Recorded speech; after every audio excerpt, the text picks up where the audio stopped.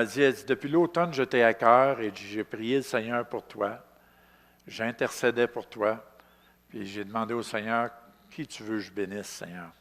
Et le Seigneur, il dit, bénis mon serviteur Mario. Alors, elle m'a donné l'argent pour m'acheter une maison. Donc, aujourd'hui, j'ai une maison payée, claire et nette. Une maison avec 5 chambres à coucher. Les gars, c'est à vous autres que je parle. Un garage, 18 pieds par 32 pieds. Ah, ça, c'est quelque chose, hein?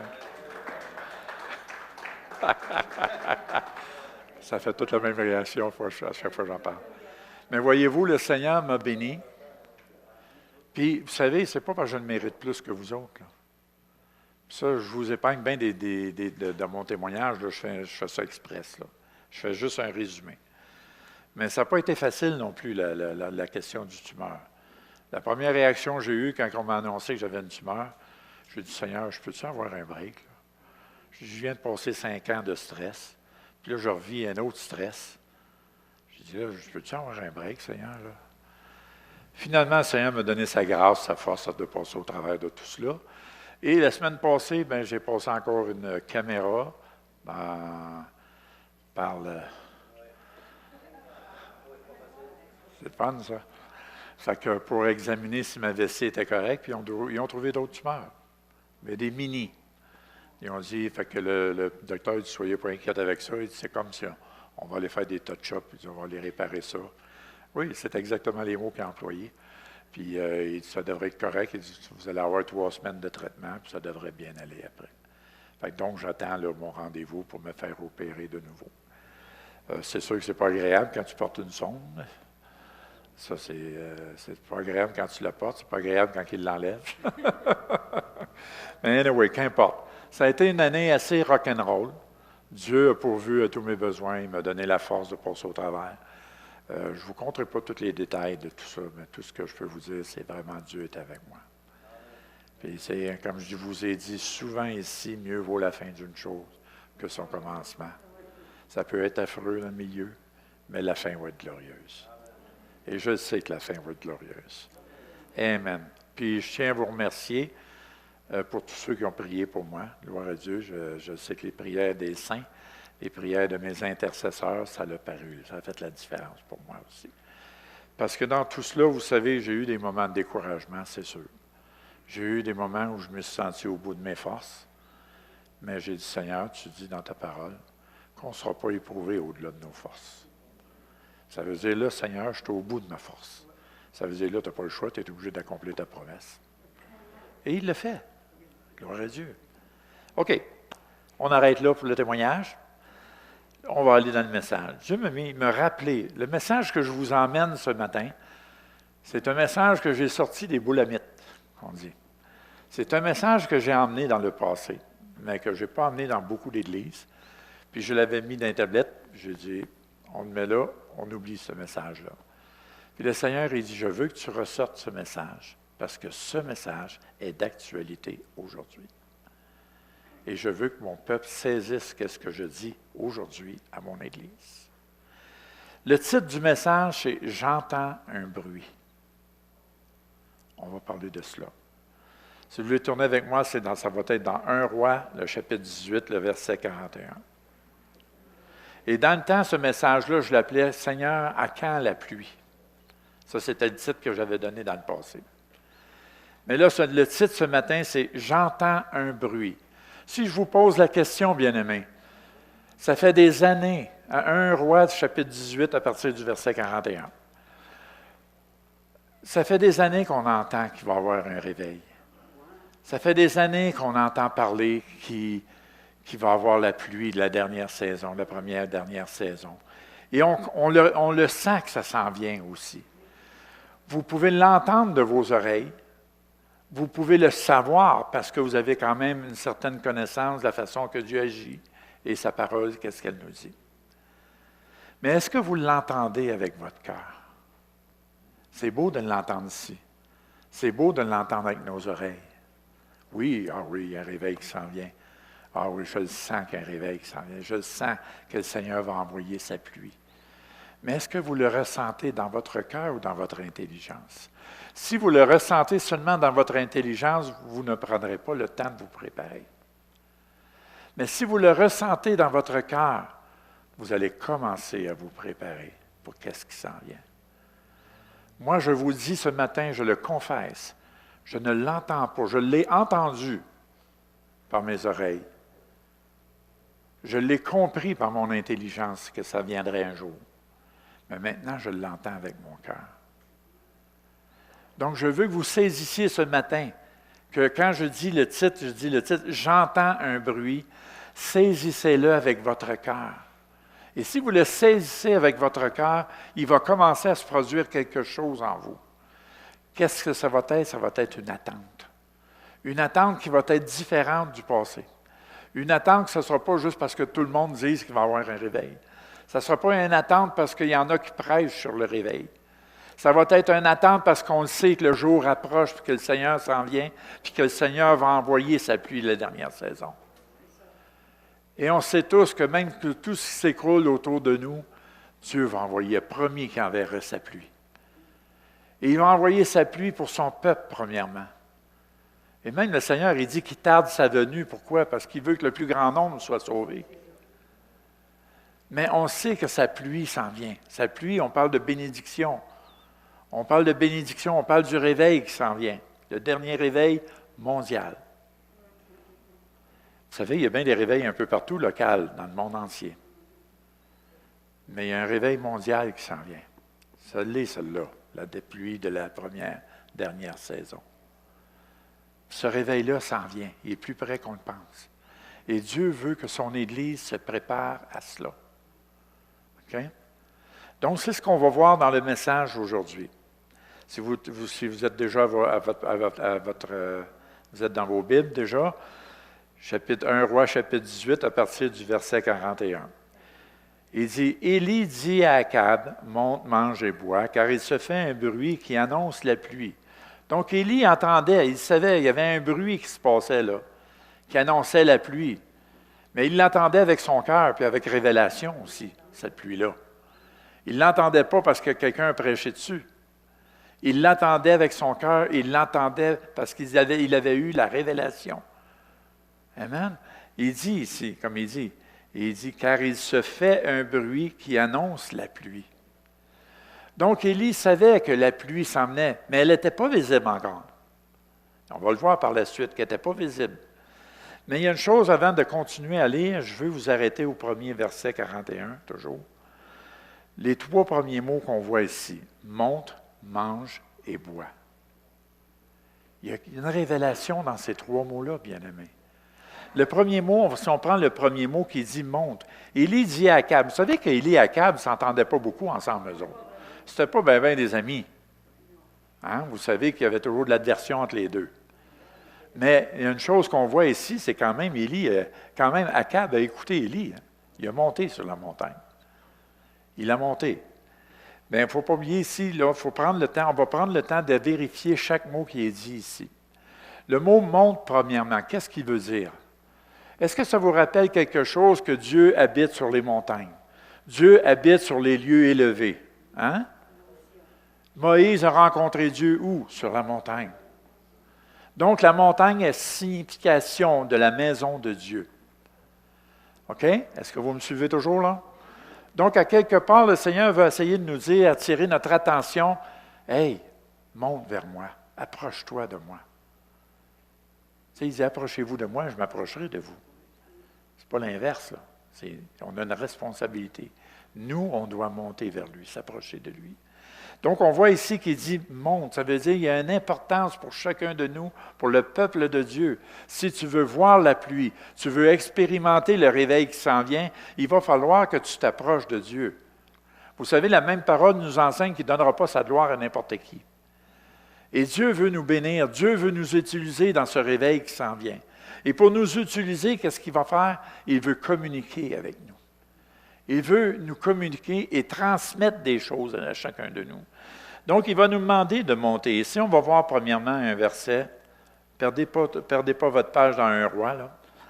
On va aller voir le psaume 3, verset 5. Il dit, « De ma voix, je crie à l'Éternel, il me répond de où?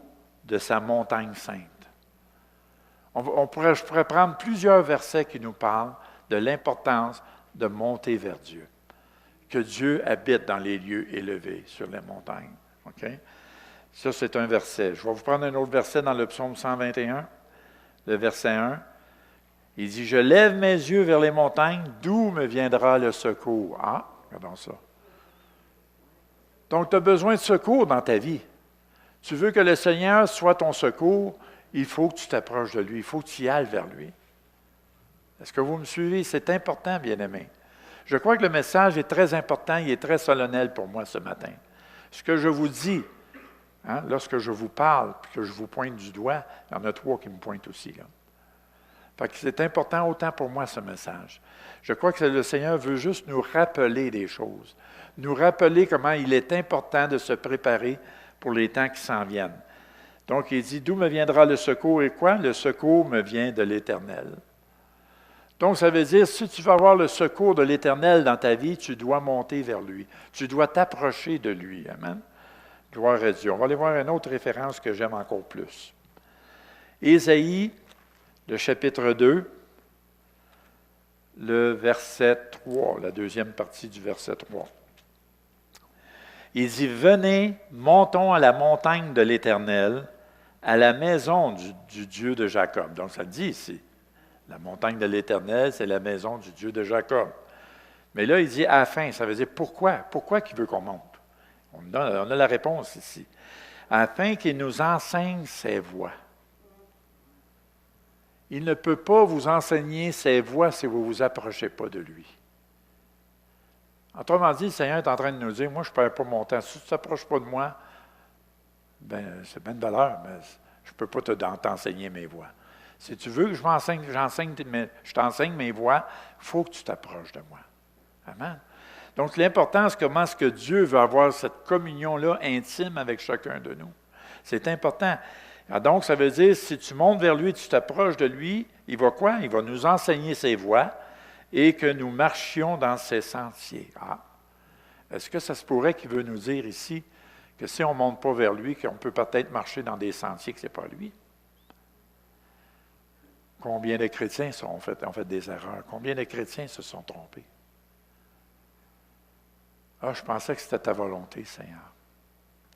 Ou vous faites des choses qui semblent louables devant Dieu. Puis le Seigneur te dit, je ne t'ai jamais demandé ça. Ah, je pensais que c'était ta volonté, Seigneur. Puis aux yeux des gens, ça paraît la volonté de Dieu. Le Seigneur veut nous interpeller, bien-aimés, dans la fin des temps que nous sommes. Puis le temps approche où le Seigneur va venir chercher son Église. Et là, le Seigneur nous interpelle, bien-aimés, nous dit, « Hey, je veux te communiquer mes voies. Je veux t'enseigner. Mais prends pas n'importe quel enseignement autour de toi. Viens vers moi, tu vas avoir le bon enseignement. » Amen. Donc ici, il est important. C'est pour ça qu'il dit, afin qu'il nous enseigne ses voies et que nous marchions dans ses sentiers. Donc on voit bien, bien-aimés, ici, il y a une chose aussi. Si on regarde dans les 3 mots, monte, mange et bois, ça nous montre une autre chose aussi. De prendre des forces. Monter une montagne, c'est mieux d'être en forme. C'est mieux de bien manger, bien boire, puis être prêt à grimper, là. Donc, à quelque part, le Seigneur nous parle aussi qu'on doit se fortifier. Dans Josué 1,7, il dit « Fortifie-toi, prends courage. » Fortifier, comment qu'on se fortifie, bien-aimé? Sa parole. Notre communion avec lui. Notre obéissance à sa parole. Ce sont toutes des choses qui vont nous emmener à être fortifiés en lui. Avec tout ce que j'ai passé ces dernières années, si je n'aurais pas aimé la parole, si je n'aurais pas connu mon Dieu, si je ne m'aurais pas appuyé sur lui, je ne serais pas ici en train de vous parler ce matin. Mais parce que je l'ai fait, Dieu a été mon secours. Il m'a soutenu dans l'épreuve. Il était avec moi dans l'épreuve. Amen. Et même s'il y a d'autres choses qui étaient apparues par après, comme la tumeur, ces choses-là, Dieu était avec moi. Mon cœur était en paix malgré toutes ces choses-là. Même si c'est normal parce qu'on est humain, je vivais des stress, mais mon cœur était en paix. Parce que je savais que Dieu était en grand contrôle. Amen. Dieu est en contrôle de toute situation. Amen, gloire à Dieu, merci. Josué 1,7, je viens de vous le dire, c'est justement fortifie-toi. Prends courage.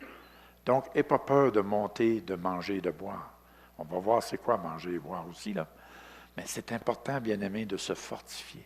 Dieu va nous demander des choses dans les derniers temps. Dans le réveil même qui s'en vient mondial, Dieu va nous demander des choses. Dieu veut qu'on soit prêt.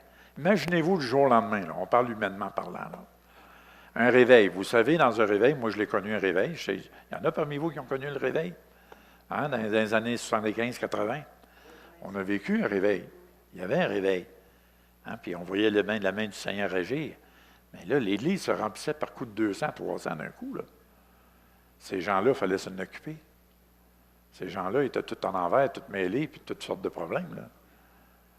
Mais le Saint-Esprit les attirait. Et là, c'est là que j'essaie de vous faire comprendre.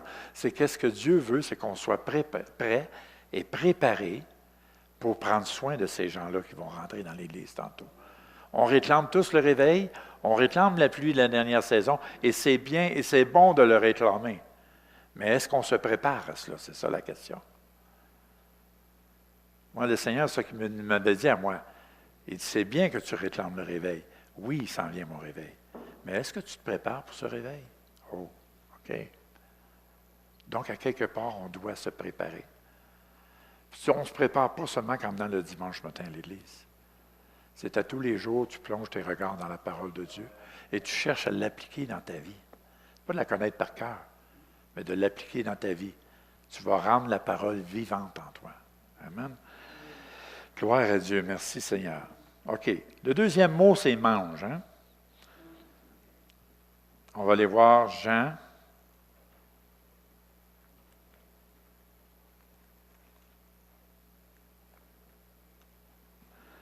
Jean 4, 32.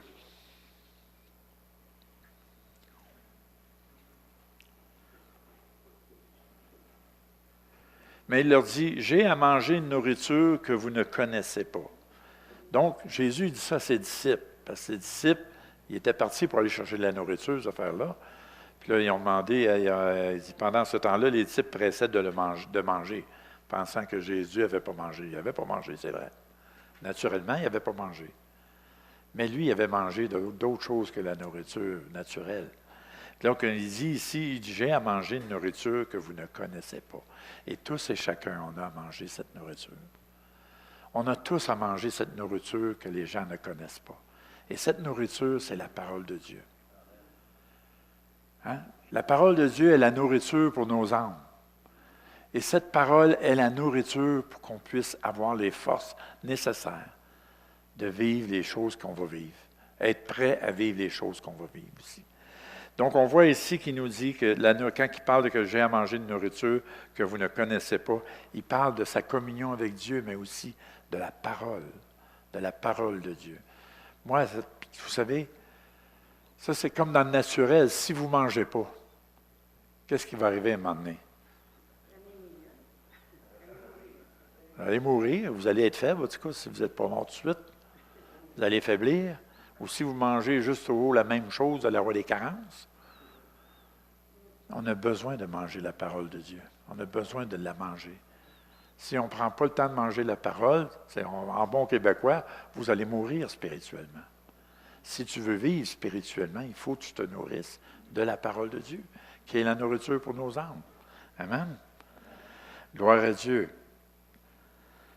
Si on va voir après ça, quand on passe à cela, la parole de Dieu est la nourriture pour nos âmes, ces choses-là, on a aussi le mot boire.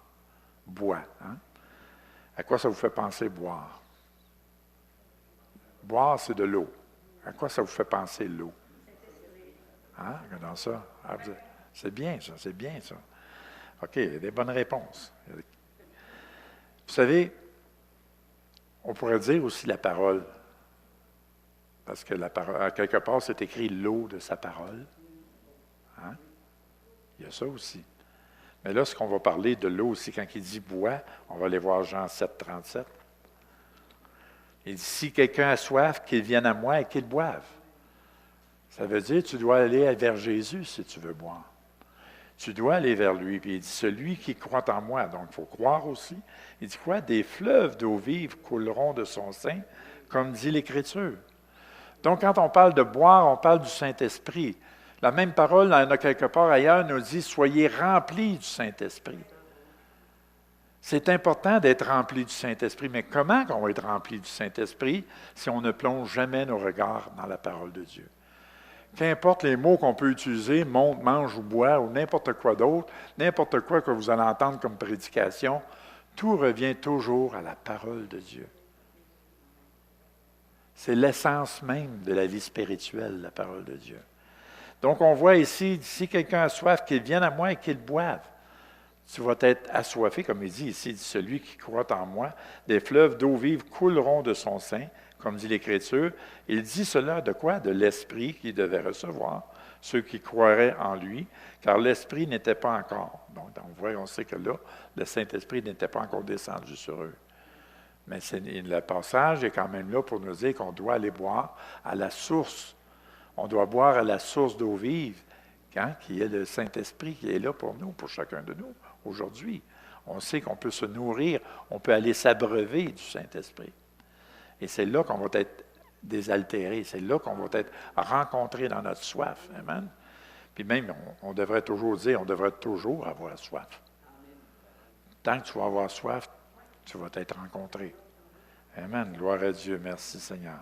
On va aller voir maintenant Isaïe 55, verset 1. Il dit, vous tous qui avez soif, venez aux eaux, même celui qui n'a pas d'argent. Il est en train de nous dire, tu n'as pas besoin d'argent pour avoir ça. C'est le don gratuit de Dieu. C'est gratuit, Dieu nous l'a acquis. Il a tout acquis, il a tout accompli sur la croix. Amen. Puis là, il dit ici, si vous tous qui avez soif, venez aux eaux, même celui qui n'a pas d'argent, venez acheter et manger, venez acheter du vin et du lait sans argent, sans rien payer. Et combien encore aujourd'hui, des gens cherchent à acheter? Tu n'achèteras jamais le Saint-Esprit. Il y en a même qui vont acheter le ministère. Il y en a, vous seriez surpris. Il y en a que leur ministère, ils en font un gain, un motif d'intérêt pour faire de l'argent. Vous seriez étonné, je pourrais vous en sortir des histoires rocambolesques, comme on dit. Mais ici, il nous parle de tout est gratuit. Tout ce qu'on a à faire, c'est d'aller à lui. Il va tout nous donner ce qu'on a besoin. Donc ici, si tu as soif, viens à lui. Il va désaltérer, il va te désaltérer. Il va te donner cette soif-là. Puis si tu penses que tu n'y arriveras pas, il va te faire vivre quelques déserts que tu vas avoir. Inquiète-toi pas, tu vas avoir soif. C'est pour ça que je dis souvent, merci Seigneur pour les déserts. 1 Corinthiens 10, 4.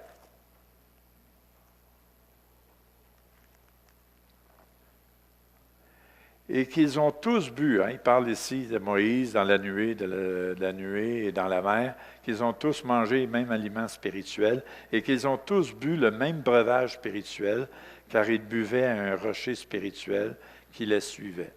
Et ce rocher était Christ. Tout nous ramène à la parole de Dieu. Ici, ça nous parle que ça nous ramène, le rocher était Christ, mais la même parole me dit que la parole était Dieu. La parole s'est fait chair. Ça nous ramène à Jésus encore. C'est qui Jésus? C'est qui nous a envoyé le Consolateur? C'est Jésus, le Saint-Esprit. OK, pour ça. Venez avec moi dans 1 Roi encore. Donc, pourquoi je vous ai parlé des 3 mots ici? On va voir la suite des choses qui va nous le dire, le pourquoi. Là, on sait, vous connaissez tout peut-être un peu l'histoire par rapport au nuage, le petit nuage qui vient, puis la pluie, elle s'en venait, ces choses-là. Okay? Mais on sait que la pluie représente qu'il y a un réveil qui s'en vient, que Dieu va emmener sa bénédiction, ces choses-là. Et on peut dire, gloire à Dieu, merci Seigneur. Mais dans les 3 mots que je vous ai dit, il y a une préparation que le Seigneur veut qu'on fasse, si on veut vraiment bénéficier et participer à cette pluie. Parce que vous savez, comme je dis souvent, le bateau s'en vient. Moi, je ne veux pas manquer de bateau. Est-ce que vous me suivez? Moi, je veux être là. Hein? Notre ticket, c'est Jésus. Mais il faut être là quand le bateau passe. Il va passer, il ne t'attendra pas, là. Mais qu'il passe, il passe. T'embarques ou tu débarques. T'embarques ou t'embarqueras plus bateau. Donc, si on revient ici dans 1 Roi, le chapitre 18, verset 41, on va continuer à lire. Donc, on voit qu'il dit, après la fin du verset 41, il dit « Car il se fait un bruit qui annonce la pluie. » Élie était un prophète. Il avait la révélation de Dieu que la pluie s'en venait. Et ça va arriver que les prophètes vont vous dire « Oui, la pluie s'en vient. » Je peux même vous le dire moi-même.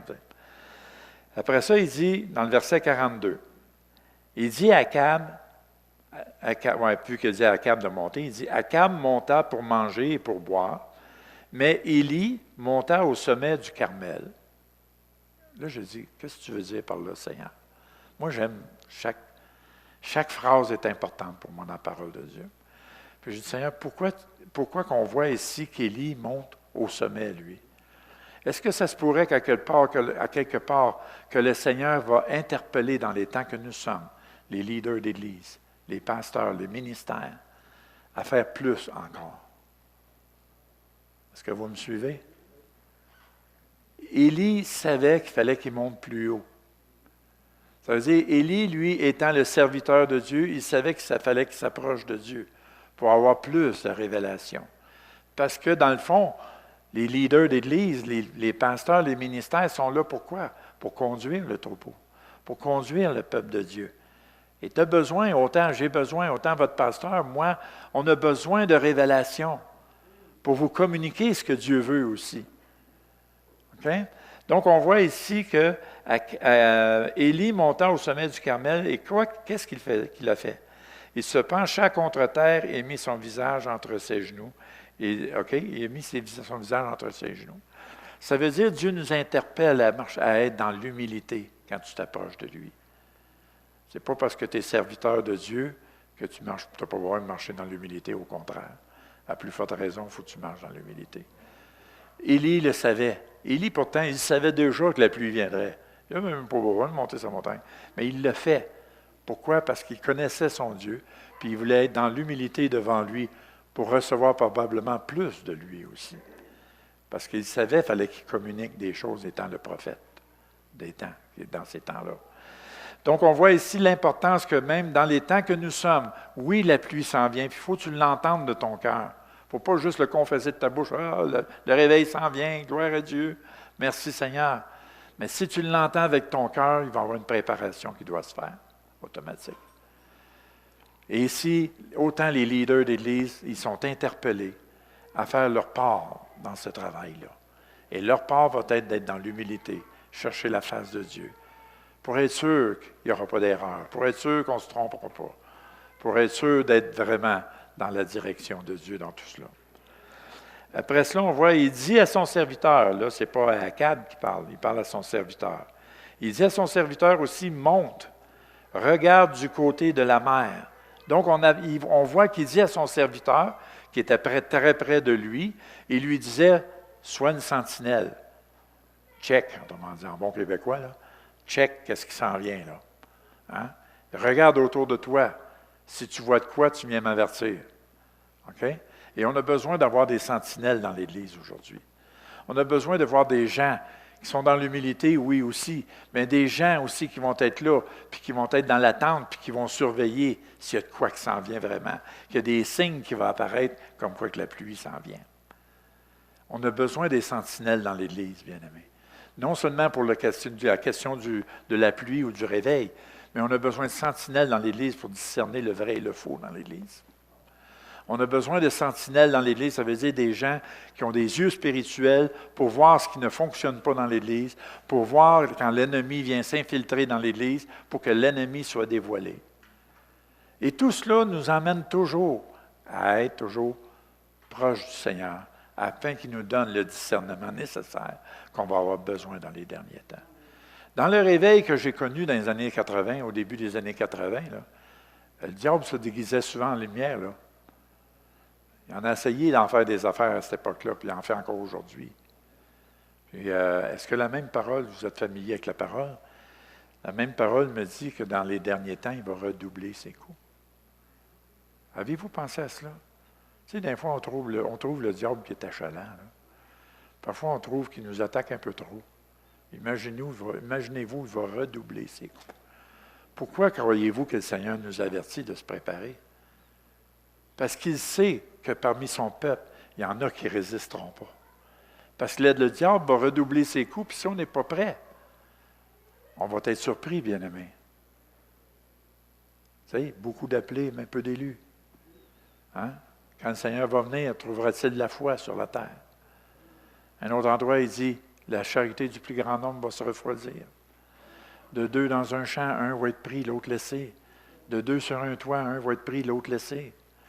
La parabole des 10 vierges, 5 ont rentré à la maison, mais pas les 5 autres. Pourquoi? Parce qu'il n'y avait pas assez d'huile. Ça veut dire qu'ils ne se sont pas préparés. L'huile qui représente l'onction, tout ce qui est de Dieu. 5 vierges se sont préparées, mais les 5 autres ne se sont pas préparées. Est-ce que vous voyez ce que je veux dire dans tout ça? Dieu nous interpelle, bien-aimés, à se préparer. Parce que la porte va s'ouvrir. Puis il faut être prêt à rentrer. Puis il faut que ta lampe soit allumée, il faut que tu aies assez d'huile. Amen. Oh, gloire à Dieu. Il y a tellement de choses qui tournent dans ma tête, là. Il dit après ça, il dit, le serviteur monta et regarda et dit, il n'y a rien. Avez-vous déjà entendu ça? Ça fait des mois que je prie là-dessus. J'arrête pas de demander au Seigneur, puis il ne répond pas. Il n'y a rien qui se passe. Qu'est-ce qui arrive? Les chrétiens abandonnent, baissent les bras. Mais ici, Élie encourage son serviteur, « Hey, retourne. » Ça veut dire persévère, continue, abandonne pas. Et on a besoin de dire à l'Église ici, ce n'est pas le temps d'abandonner. Le meilleur est à venir avec le Seigneur. La gloire de Dieu va se manifester. Puis si tu ne te prépares pas, tu ne goûteras pas à cela. Est-ce que vous me suivez, bien-aimés? Ah, moi, ça... Écoute, je sens l'esprit dessus moi, là. Comment c'est solennel, c'est important, bien-aimés, de se préparer. Mais c'est comment c'est important, bien-aimés, de persévérer, de ne pas abandonner. Oui, peut-être vous allez dire souvent, « Ah, je vais à l'Église, ça fait des années, je vais à l'Église, il ne se passe jamais rien. » On ne voit pas grand-chose, la manifestation du Saint-Esprit n'est pas forte, n'est pas là. On se décourage, on change d'Église. Je n'ai jamais vu autant de touristes spirituels cette année moi, que les dernières années. Il y en avait autant quand même dans les années 80 aussi. Mais jamais j'en ai vu autant que cette année, les dernières années. Les touristes spirituels, c'est quoi? C'est des gens qui ne sont jamais satisfaits d'une place, déménagent, s'en vont ailleurs. Quand ils ne seront pas satisfaits à l'autre place, ils déménagent, s'en vont ailleurs. Ils ne seront jamais satisfaits. Si tu n'es pas capable de persévérer là où ce que Dieu t'a appelé, tu vas manquer de bateau. Et vous savez, il y a une chose que j'ai appris. Si tu pars d'une église en mauvais termes, mettons en mauvais termes, OK? En désaccord, bien plus que tu peux avoir des désaccords, ça peut arriver. Ça, c'est pas en mauvais termes. Là. Tu peux arriver et avoir des désaccords. Ce que je veux dire, quand tu pars avec quelque chose, avec un esprit amer, de colère ou de quoi que ce soit, tant que tu n'as pas réglé ce problème-là, tout ce que tu vas essayer de faire après, tu vas tourner en rond dans ton ministère.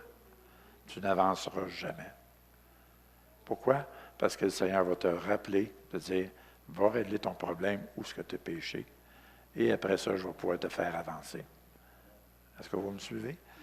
Donc, quand on parle de tourisme spirituel, ça c'est parce que, souvent, on manque de persévérance. Et Élie dit à son serviteur, « Hey, retourne. » Il a même dit jusqu'à 7 fois. 7 fois retourne. Imaginez-vous, là. Le serviteur va, il n'y a rien, il descend bas. Il n'y a rien. 7 fois, il a dit retourne. Il y a une leçon à tirer là-dessus. Et la leçon, c'est persévère. On a besoin de persévérer.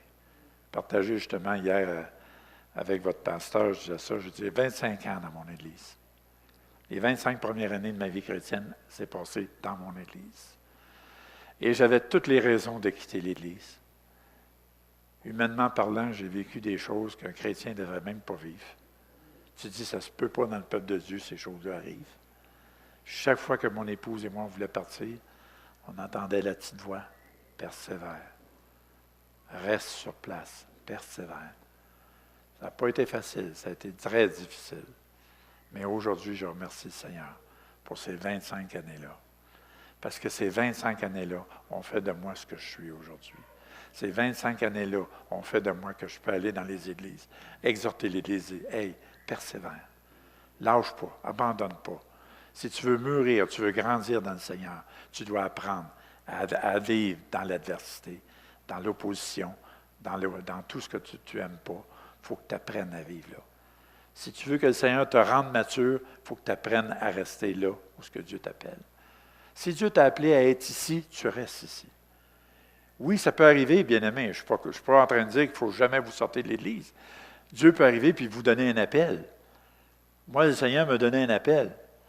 Après 25 ans, autant de fois que j'ai voulu sortir de l'Église, à un moment donné, quand le Seigneur me dit, maintenant tu vas sortir de l'Église, je ne voulais plus sortir de l'Église. Mais Dieu m'appelait depuis longtemps à un ministère extérieur de l'Église. Et moi, je voulais toujours être le petit pasteur dans l'Église locale. J'étais bien confortable.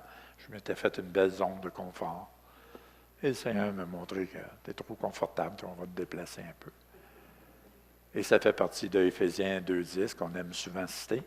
Dieu nous a créés pour des œuvres qu'il a préparées d'avance.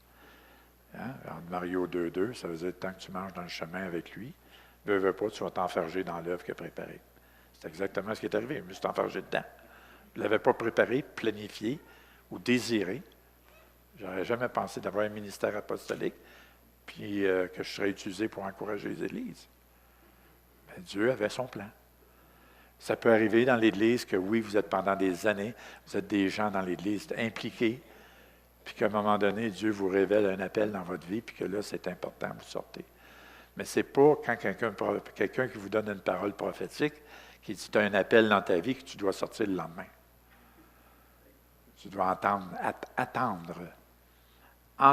et attendre de Dieu avant de partir quand tu as un appel dans ta vie. Amen? C'est important. Parce qu'il y en a qui sont fait prophétiser des ministères, puis le lendemain, ils essayaient déjà d'être dans le ministère. Il y en a qui se sont plantés, qui ont fait des erreurs. Mais ça, c'est la nature humaine, elle est ce qu'elle est. Mais moi, je vous dis ça tout simplement, c'est important de persévérer, bien-aimés. Parce que qu'est-ce qui s'en vient? C'est pour ça qu'il nous dit de toujours espérer, de garder toujours l'espérance. Parce que l'espérance te garde en vie, te donne toujours de l'espoir pour qu'est-ce qui s'en vient. Puis quand tu as de l'espérance, malgré les difficultés, tu fais face, qu'importe si tout s'écroule autour de toi, tu persévères là où le Seigneur t'appelle, tu vas persévérer et un jour, tôt ou tard, tu vas rentrer dans l'appel que Dieu a réservé pour toi. Hein? Même la même parole nous dit, si tu es fidèle dans les petites choses, à un moment donné, il va t'en confier des plus grandes.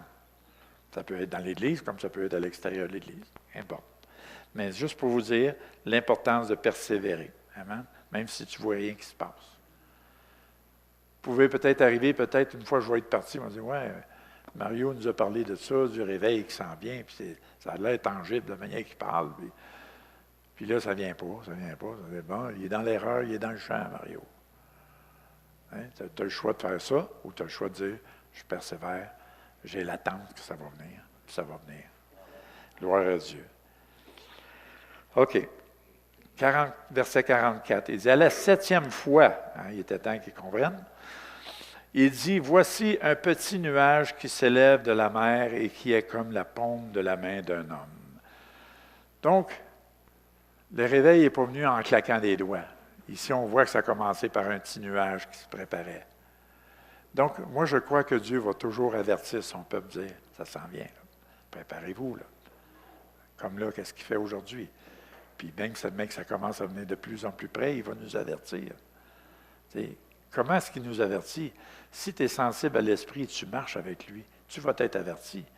Le même Seigneur nous dit, cacherai-je, Dieu dit à Abraham, hein? Il dit, cacherai-je à mon serviteur sur qu'est-ce que je suis sur le point de faire? Hein? Puis il avertit ses prophètes, ces choses-là. Donc, on voit ici, il dit, à la 7e fois, il dit, voici un petit nuage qui s'élève de la mer et qui est comme la paume de la main d'un homme. Élie dit, monte et dit à Akab. C'est drôle qu'Élie dit encore à son serviteur, C'est pas fini, on monte encore. Monte, mais va avertir Akab. Peut-être Akab s'est endormi au bout de la montagne, là, c'est ça. Surtout dans son attitude, son comportement. Là. Ça se pourrait.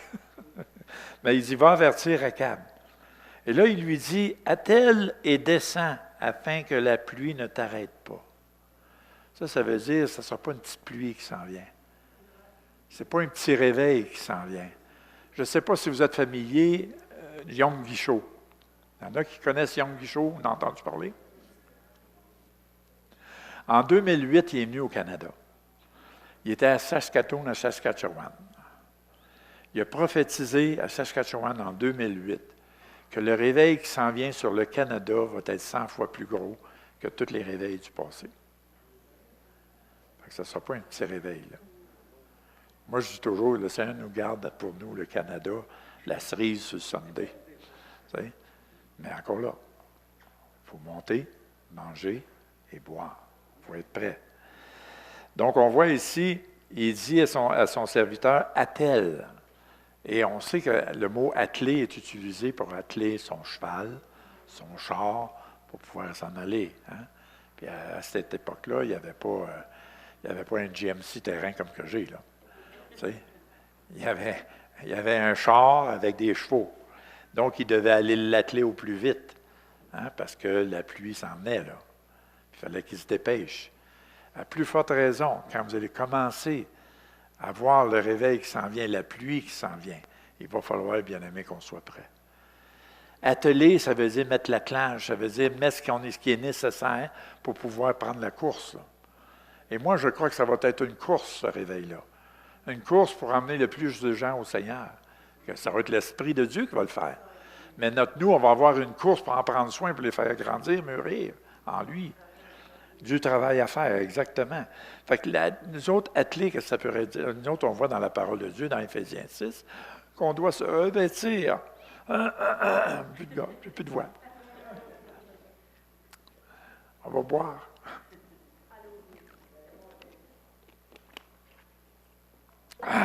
Gloire à Dieu.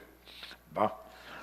Fait on voit ici dans Éphésiens 6, il nous parle justement de revêtir l'armure du croyant. Et si vous prenez le temps d'analyser ce passage, c'est pas une petite affaire. Moi, je connais des gens, même mon épouse, j'ai tellement ri avec elle. Je la faisais fâcher avec ça, parce qu'elle avait sa feuille, et à tous les matins, après la feuille, elle mettait son armure pour le matin. Puis moi, peut-être que je n'ai pas été correct, je ne sais pas. Mais je riais d'elle quand elle faisait ça. J'ai dit, c'est pas ça, Linda, fais pas ça. Elle dit, oui, je fais ça, puis tu ne m'empêcheras pas de le faire. Puis... J'aimais ça la faire la taquiner pour qu'elle se fâche un peu. Après ça, je riais, je partais à rire. Là, mais revêtir l'armure du croyant, on parle du casque du salut, le bouclier de la foi, on parle d'une attitude. Pour moi, c'est une attitude. L'attitude du chrétien, on devrait être déjà revêtu de l'armure du croyant. Puis on s'aperçoit dans l'attitude que souvent, il nous manque des pièces de l'armure. Il y a des fois qu'il nous arrive, on manque de foi. Fait qu'on a oublié de mettre le bouclier. Hein? Dans notre attitude, on oublie que la parole de Dieu, il y a une autorité dans la parole de Dieu. Puis c'est des promesses qui nous appartiennent. On oublie de prendre l'épée de l'esprit. Hein? Le salut, on parle des chaussures, hein? Qui est le zèle de l'Évangile. Souvent, on oublie de mettre nos souliers. Hein? On manque de zèle. C'est de même, moi, je l'interprète, l'armure du croyant. L'armure du croyant, c'est une attitude du croyant. Tu dois revêtir, dans le fond, ce que la parole de Dieu nous enseigne, ce qu'on est supposé d'être. Et je m'amusais avec Linda avec ça. Elle comprenait ce que je lui disais, elle savait. Mais c'est une habitude qu'elle avait prise. Puis elle ne voulait pas la changer. Je dis, c'est correct, continue à te revêtir. Je sais que tu es revêtu de toute façon. Gloire à Dieu, merci Seigneur. Mais ici, il est important de retenir, attelle et descends, ça veut dire que tu ne resteras pas toujours sur le haut des montagnes. Ça arrive, des fois, on va dans des conférences, dans des endroits, la présence de Dieu est tellement forte. Tu sais, ça vous est-tu déjà arrivé? Tu ne veux plus partir, tu veux rester là. Tu veux rester dans la présence de Dieu. Mais le Seigneur va dire, non, on va descendre dans la vallée. C'est là qu'il y a le combat, dans la vallée. Il n'y a pas de combat quand tu es dans ma présence. Il faut descendre dans la vallée et faire le bon combat de la foi. Puis ici, comme il dit, attelle et descends, ça veut dire, OK, là, je t'ai béni, je t'ai parlé, je t'ai donné des directives, des enseignements, ces choses-là. Maintenant, habille-toi puis descends en bas. Tu sais, attelle-toi puis descends. Là, tu as de l'ouvrage à faire. Parce que là, la pluie, c'est vrai qu'elle s'en vient. Et comme il dit ici par après, afin que la pluie ne t'arrête pas. Un peu d'instant, le ciel s'obscurcit par les nuages, le vent s'établit et une forte pluie. Wow! Et là, la pluie est tombée comme il faut, une bonne forte pluie. Akab monta sur son char et partit pour Jizreel. Donc, on voit qu'Akab était pressé de se rendre à Jizreel à temps, pour pas que la pluie l'attrape.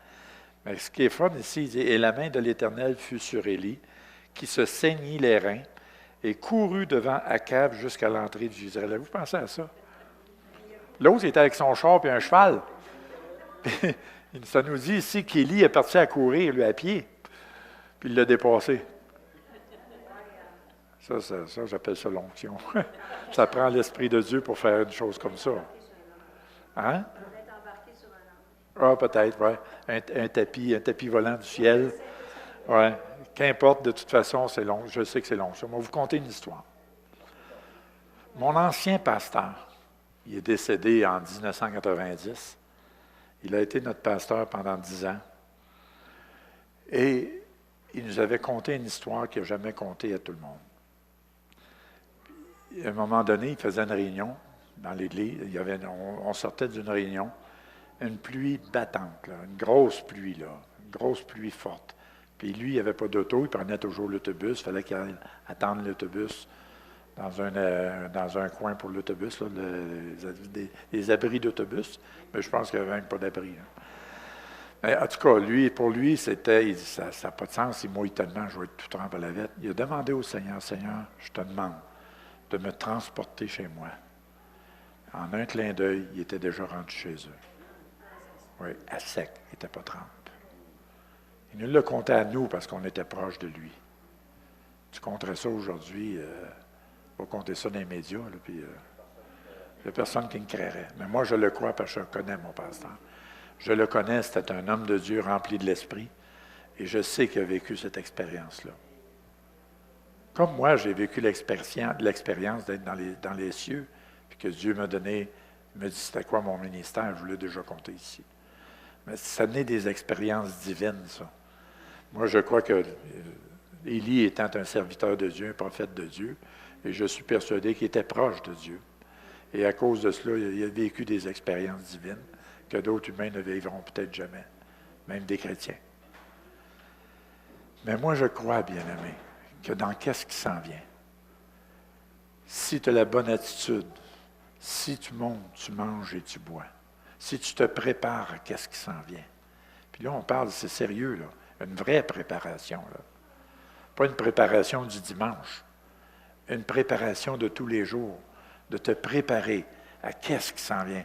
Que ton désir, ton attente soit seulement ça, de dire, Seigneur, je veux ta pluie, je veux ton réveil qui s'en vient, je ne veux pas manquer de bateau, je veux que tu m'utilises même dans ce réveil-là. Moi, je veux que Dieu m'utilise dans ce réveil-là. Ah oui, je veux voir sa gloire, moi, c'est sûr. Moi, je veux voir la main du Seigneur agir dans tout ça. Donc, quand on regarde le texte ici, on parle de la pluie. Moi, j'ai entendu un pasteur qui prêchait là-dessus, puis il a mis l'accent juste sur le réveil.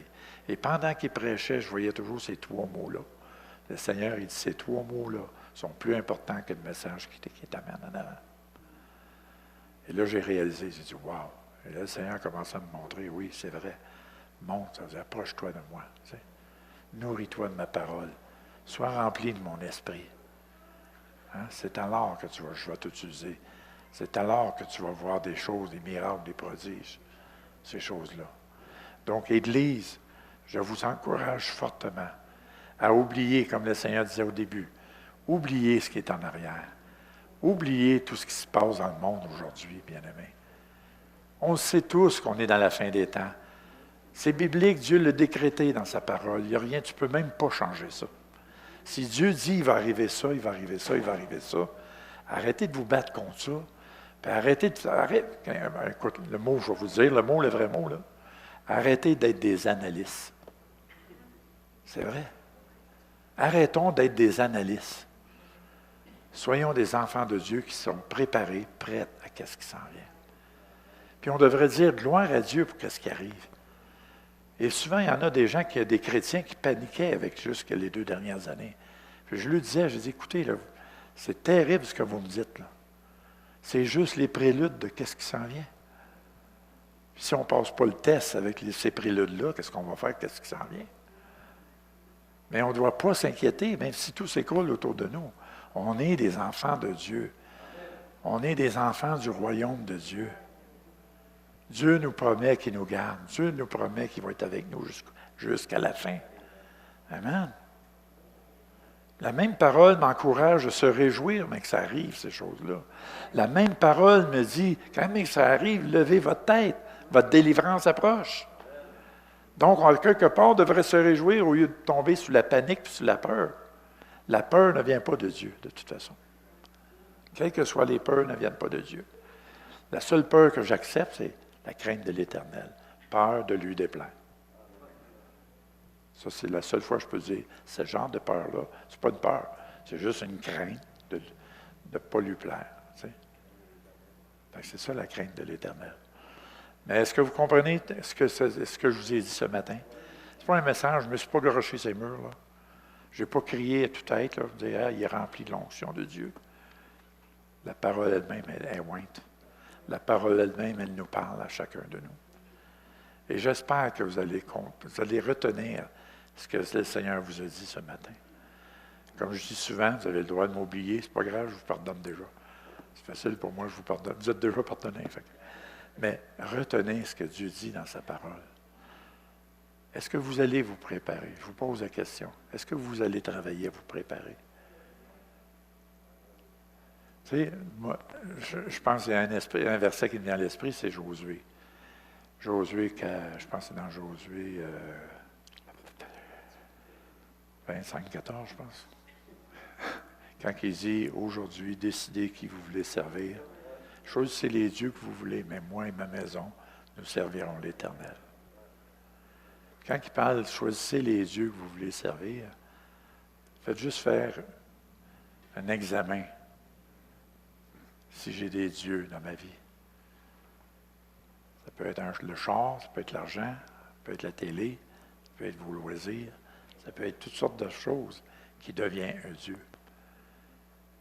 Et ces dieux-là, la parole de Dieu nous dit, je suis un Dieu jaloux. Donc, même dans la préparation, on doit y penser à cela. Je connais beaucoup, je vais vous dire, je vous dis, là, je parle avec beaucoup de pasteurs, je n'ai jamais été aussi occupé que ça. Je vais dans des églises, je suis booké là, pas mal. Puis la majorité des pasteurs, beaucoup de pasteurs commencent à réaliser qu'il y a des choses qui s'en viennent, puis que tout ce qui est autour d'eux devient secondaire. Que la seule chose qui leur vient en priorité, c'est chercher la présence de Dieu. Ce n'est pas juste moi qui le ressens. Beaucoup de pasteurs commencent à le ressentir, même des chrétiens, commencent à ressentir l'importance de la présence de Dieu. Dieu veut qu'on ramène sa présence au milieu de nous. Il faut qu'on lui donne la place qui lui revient. Il faut enlever tout ce qui n'est pas de lui en nous. Il faut tasser tout ce qui est en nous. C'est Seigneur, reprends la priorité dans ma vie. Reprends ta place, exactement. Reprends ta place. Les choses vont changer. Fais de l'Éternel tes délices, te donnera ce que ton cœur désire. Si tu fais l'Éternel tes délices, tes désirs vont même changer aussi. Ça ne sera pas les mêmes désirs. Ça ne sera pas un désir de moi une Cadillac. Ça va être plus un genre de désir, donne-moi plus, Seigneur. Gloire à Dieu. Seigneur, je te remercie pour ta parole. Tu es un Dieu merveilleux, Seigneur. Je te rends grâce pour tout, Seigneur. Merci, Seigneur, parce que ta venue est proche, Seigneur, et tu nous demandes de nous préparer. Père, je te prie que cette parole qui a été dite, prêchée ce matin, soit scellée dans chacun de nos cœurs et qu'elle puisse produire du fruit pour l'éternité, Seigneur. Père, on profite de l'occasion ce matin pour te demander pardon, pour tout laisser aller. Te demander pardon pour toute forme de péché qu'on a pu commettre en parole, en pensée, en acte. On te demande pardon, Père, dans le nom puissant de Jésus. Tu prends même la peine de nous avertir d'oublier ce qui est en arrière. Oui, Seigneur, souvent le passé nous suit toujours constamment parce qu'on n'oublie pas. Mais Seigneur, aide-nous à te laisser entre tes mains tout ce qui est passé. Que ce soit bien ou mal, on te laisse entre tes mains, Seigneur. Et Père, aide-nous à marcher en nouveauté de vie avec toi.